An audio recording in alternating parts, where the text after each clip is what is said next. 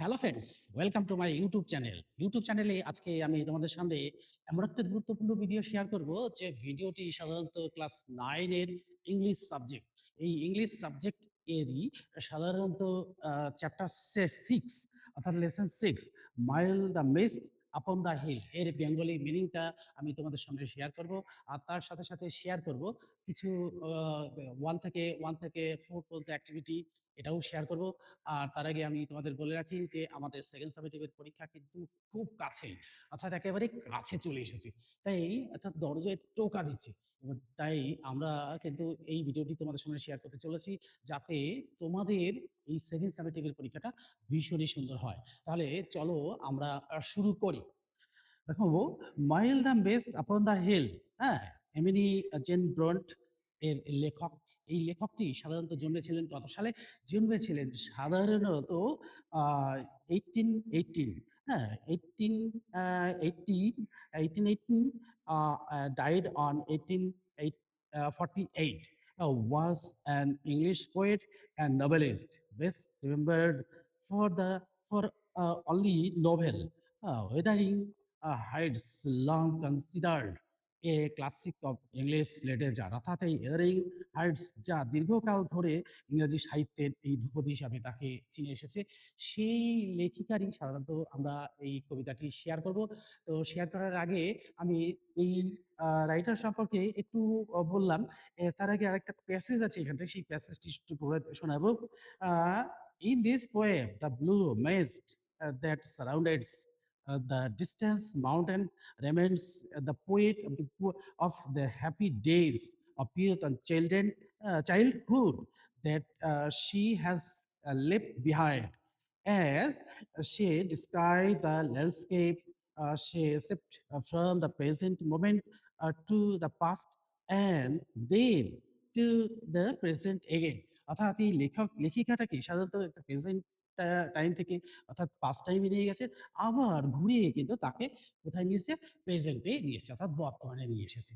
তাই আমি এই লেখিকার এই কবিতাটার জন্যই সাধারণত বিশেষ গুরুত্বপূর্ণ ভূমিকা লাভ করেছে। আর এদারিং হাইটস যা দীর্ঘকাল ধরে সাহিত্যের ধ্রুপদী হিসাবে তাকে চিহ্নিত করে এসেছে। তাহলে আমরা এবার সরাসরি চলে যাব সেই কবিতাটিতে। দেখো, mild the mist upon the hill, অর্থাৎ পাহাড়ের উপরে হালকা কুয়াশা। তো আমরা সাধারণত কোথায় যাই? আমরা বেড়াতে গেলে সাধারণত দার্জিলিং এ বা শিলং ওই সমস্ত জায়গাতে যাই। গিয়ে দেখি যে সাধারণত চারিদিকে পাহাড়, আর পাহাড়টাকে একটা কুয়াশার চাদর দিয়ে মুড়িয়ে রেখেছে। সেই দৃশ্যটা কিন্তু আমাদের থেকে কিন্তু একটু আলাদা।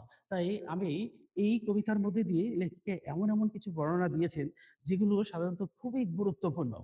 দেখো, টেলিং নটস টার্ন টু মরো, অর্থাৎ আগামীকাল ঝড়ের কথা বলছে না। ৩ নম্বর লাইনে দেখো, no the day has swept its veil, না, দিন তার প্রাণ ভরে কেঁদেছে।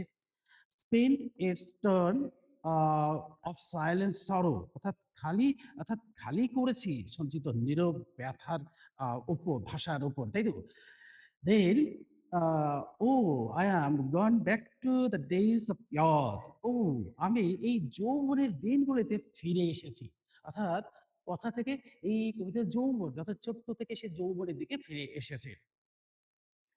I am the child once more, আমি আবারও একবার এই শিশু হতে চাই। তো দেখো, যারা যৌবন থেকে শিশু হতে চলেছে, এবার আমরা শিশু থেকে যৌবনে যাই, আবার যৌবন থেকে শিশুতে ফিরে আসা। ধরো আমরা এখন ফিরে আসছি আমাদের সেই যৌবন থেকে শিশুতে। তারপর দেখো, net my father sheltering room, এবং আমার বাবার এই আশ্রিত কেন্দ্রের ছাদের নিচে, অর্থাৎ যেখানে বাবার কাছে আমরা জন্মেছিলাম ঠিক সেই জায়গাটা।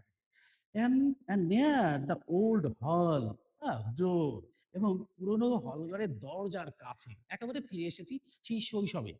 তো এবার দেখো, I watch this cloudy evening fall, অর্থাৎ আমি এই মেঘলা সন্ধ্যা পড়তে দেখি। A after a days of rain, একদিন এই বৃষ্টির পরে, blue mess swept mist of summer fall.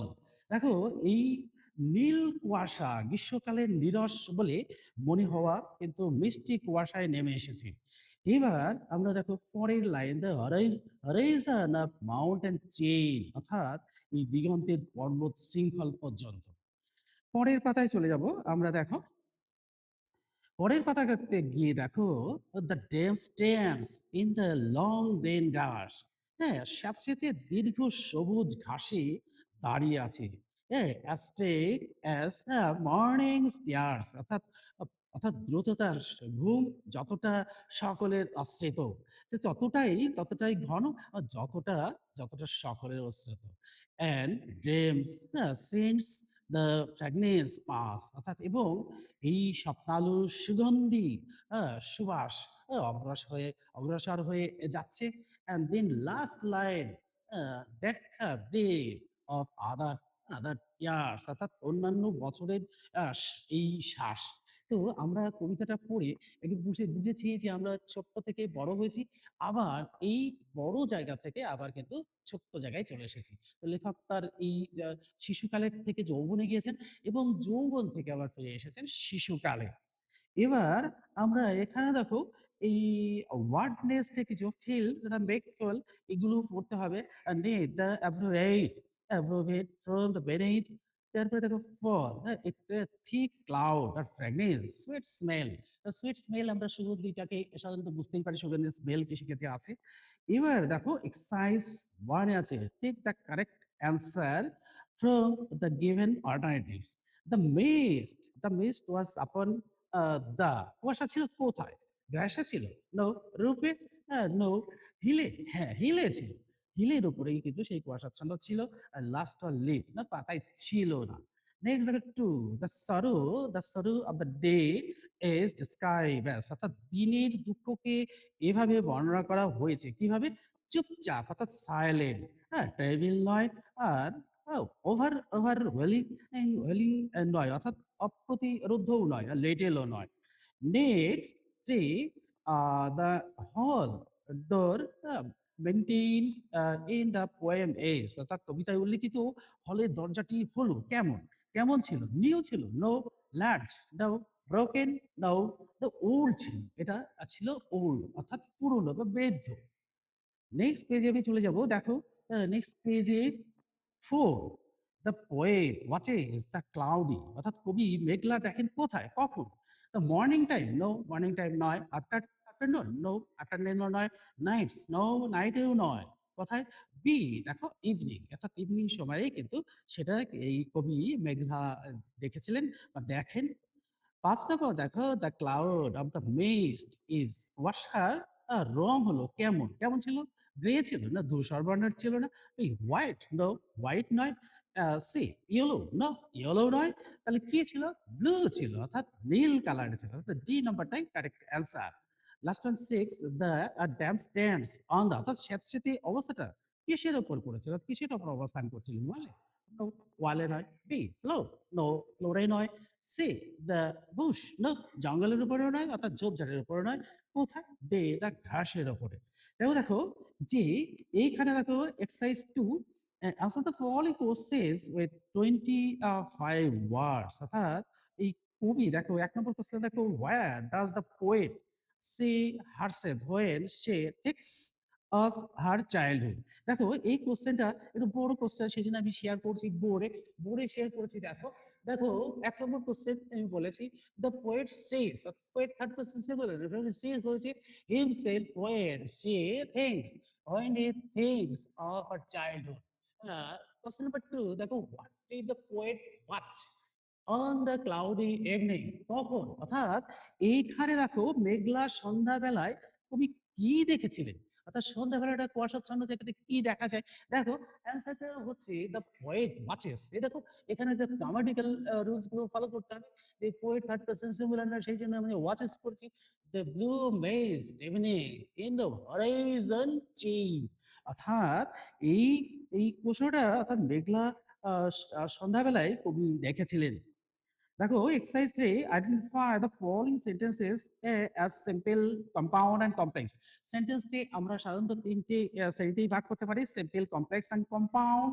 দেখো এইটা সম্পর্কে জানতে গেলে আবার কিন্তু একটা নতুন ভিডিও বানাতে হবে। আমরা অবশ্যই সেই ভিডিওটা বানাবো যে সেন্টেন্স কি সাধারণত কমপ্লেক্স, কম্পাউন্ড আর হচ্ছে সিম্পল সেন্টেন্স অর্থাৎ সিম্পল, কমপ্লেক্স এন্ড কম্পাউন্ড সেন্টেন্সটা কিভাবে তৈরি করতে হয় সেইটাও কিন্তু আমাদের শিখতে হবে। তো এখানে আমরা এক্সারসাইজ করছি, তাই আমরা সাধারণত কোশ্চেনে চলে যাই। ১ নম্বর দেখো, he is too short to climb the wall. এটা কি simple sentence. The sky the sky was blue and the sun shone bright. অর্থাৎ এটা কি, এটা কম্পাউন্ড সেন্টেন্স। তারপরে দেখো ৩ নম্বরে দেখো, ৩ নম্বরে দেখো, "the old man who lived in a village believed that the earth was flat." অর্থাৎ এই দেখো, এখানে দেখো এটা কমপ্লেক্স সেন্টেন্স। কেন? এটা একটু বলে রাখি যে এই যে এখানে দ্যাটটা ব্যবহার হয়েছে, এই দ্যাটটাই কিন্তু কমপ্লেক্স সেন্টেন্সকে ইন্ডিকেট করছে। So it is a complex sentence. তারপর ৪ নম্বর দেখো, "living a job midway is not a good practice." অর্থাৎ এটা কি সিম্পল সিম্পল প্র্যাকটিস অর্থাৎ এটা সিম্পল সেন্টেন্স। লাস্ট ওয়ান দেখো, last week I met a friend who gave me a big me a bag which is brown in colour. এটা কি complex sentence. এবার দেখো আমরা তারপরে এক্সারসাইজ 4 এ চলে যাব। এই এক্সারসাইজ 4 এ গিয়ে আমরা দেখো ডু অ্যাজ ডাইরেক্টেড। দেখো এখানেও দেখো চেঞ্জ ইনটু সিম্পল সেন্টেন্স। একবার সিম্পল সেন্টেন্সকে ইন্ডিকেট করতে বলেছে, আবার সিঙ্গল সেন্টেন্স কোনটা কমপ্লেক্স সেন্টেন্স কোনটা কম্পাউন্ড সেন্টেন্স সেটাকে আবার আইডেন্টিফাইও করতে বলেছে। দেখো the question was so easy that everyone could answer it। দেখো এটা এই সেন্টেন্সের মধ্যে একটা দ্যাট আছে। এই দ্যাট এর জন্যই আমরা এটাকে দিতে পারি the the question was very easy to answer। এটাকে চেঞ্জ করলে হবে যে the question was very easy to answer। ২ নম্বর দেখো, a friend in need a friend indeed. অর্থাৎ change into a complex sentence. এটাকে কমপ্লেক্স সেন্টেন্স করতে হবে। দেখো এবার একটু জটিল করতে হবে। দেখো এ friend who is in need is a is a is a friend indeed. এবার দেখো এই এখানে একটা হু ব্যবহার করছি। এই হুটার জন্যই আমরা সাধারণত এটাকে বলতে পারি যে এটা কমপ্লেক্স সেন্টেন্স হয়ে গেছে। 3 দেখো, pollution. Pollution is one of the most severe tears to our beautiful planet।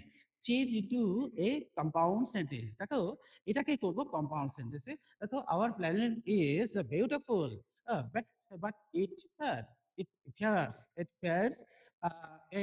fears one of the most severing traits is from the pollution। দেখো এবার ৪ নম্বরে দেখো, ডু অর ডাই। অর্থাৎ এই করেঙ্গি, এই মারেঙ্গে। দেখো change into a complex sentence. এটাকে কমপ্লেক্স সেন্টেন্স করতে হবে। তাহলে কি করতে হবে? Unless you do you will die. Last one দেখো ৫, he was confused and stopped working. Change into a simple sentence. এইটাকে সিম্পল সেন্টেন্সে করতে হবে। অর্থাৎ এটাকে আছে জয়েনিং সেন্টেন্স রয়েছে, being confused is stopped working। তাহলে দেখো আমরা অ্যাক্টিভিটি 1 থেকে 4 পর্যন্ত সবকটাই সাধারণত আলোচনা করেছি। আর এবার দেখো বাকি যে এক্সারসাইজ 5 and 6 আছে, এটা কিন্তু আমরা অবশ্যই পরের ভিডিওতে শেয়ার করব। তাহলে দেখো আজকে এই ভিডিওটি শেয়ার করাতে কি হলো, সাধারণত কবিতাটার সম্পর্কে আমরা বুঝতে পারলাম। অর্থাৎ একজন রাইটার সে কিরকম ধরনের কবিতা লিখতেন এবং সেই কবিতার মধ্যে কোন কবিতাটা তার সবচেয়ে গুরুত্বপূর্ণ ভূমিকা পালন করেছে সেটাও বুঝতে পেরেছি, এবং তিনি কি জন্য বিখ্যাত হয়েছিলেন সেটাও জানতে পেরেছি। তো দেখো এই কবিতাটা পড়লে একবার সাধারণত আমরা শিশুকাল থেকে যৌবনের দিকে ফিরে যাচ্ছি, আবার দেখো প্রেজেন্ট টাইমে ফিরে আসছি। অর্থাৎ আমরা ছোট্টবেলায় যা করেছি, আবার বড় হয়ে গেছি আমরা। এবার বড় হওয়ার পর আমরা আবার ফিরে গেছি সেই শিশুকালে। আবার শিশুকালে এসেও আবার কবি তাকে নিয়ে গেছেন কোথায়? না, আবার যে বড়তে নিয়ে গেছে। এবার এই কবিতাটার মধ্যে দিয়ে আমরা সাধারণত একজন লেখকের জীবনী এর কিছুটা অংশ, অর্থাৎ আমরা শৈশবকাল থেকে যৌবন পর্যন্ত কি করেছি সেই সম্পর্কে জানতে পেরেছি। তাহলে দেখো আজকের এই গুরুত্বপূর্ণ ভিডিওটি তোমাদের কেমন লাগলো তা অবশ্যই কিন্তু আ আ জানাবে। আর আমার যারা সাবস্ক্রাইবার আছো তারা সাধারণত একটা করে লাইক দিয়ে দেবে। আর প্রচুর পরিমাণে বন্ধুদের মধ্যে শেয়ার করে দেবে। আর বন্ধুদের মধ্যে শেয়ার করে দিলে কি হবে? বন্ধুদের মধ্যে যখনই আমরা শেয়ার করব, তখন কি হবে? বন্ধুরাও এটা সম্পর্কে জানতে পারবে আর আমাদের সেকেন্ড সাবজেক্টিভ কিন্তু একদম দোরগোড়ায়। সেকেন্ড সাবজেক্টিভ যে এই চ্যাপ্টার অর্থাৎ এই 6 চ্যাপ্টার সেকেন্ড সাবজেক্টিভ এটা সম্পর্কে মাইল্ড দ্য বেস্ট এটা সম্পর্কে ভীষণভাবেই জানতে পারবো। তাহলে এই এবার আমার যারা সাবস্ক্রাইবার আছো তারা তো শেয়ার করবেই। আর যারা নতুন সাবস্ক্রাইবার তারাও কিন্তু ভিডিওটাকে শেয়ার করে দেবে, একটা লাইক দিয়ে দেবে। তাহলে তাই কি হবে? তাহলে তোমরাও ভীষণভাবে মোটিভেটেড হবে। আর আমিও কিন্তু খুব মোটিভেটেড হব। আর এইরকম গুরুত্বপূর্ণ ভিডিও নিয়ে তোমাদের সামনে হাজির হব। অর্থাৎ খুব শীঘ্রই আমি কিন্তু এই সেকেন্ড পার্ট অর্থাৎ সেকেন্ড পার্ট অর্থাৎ এক্সারসাইজ 6 এন্ড 5 অ্যান্ড 6 এটা নিয়ে খুব শীঘ্রই তোমাদের সামনে হাজির হচ্ছি। আজকের মতো তাহলে এখানেই শেষ করছি। Good bye friends.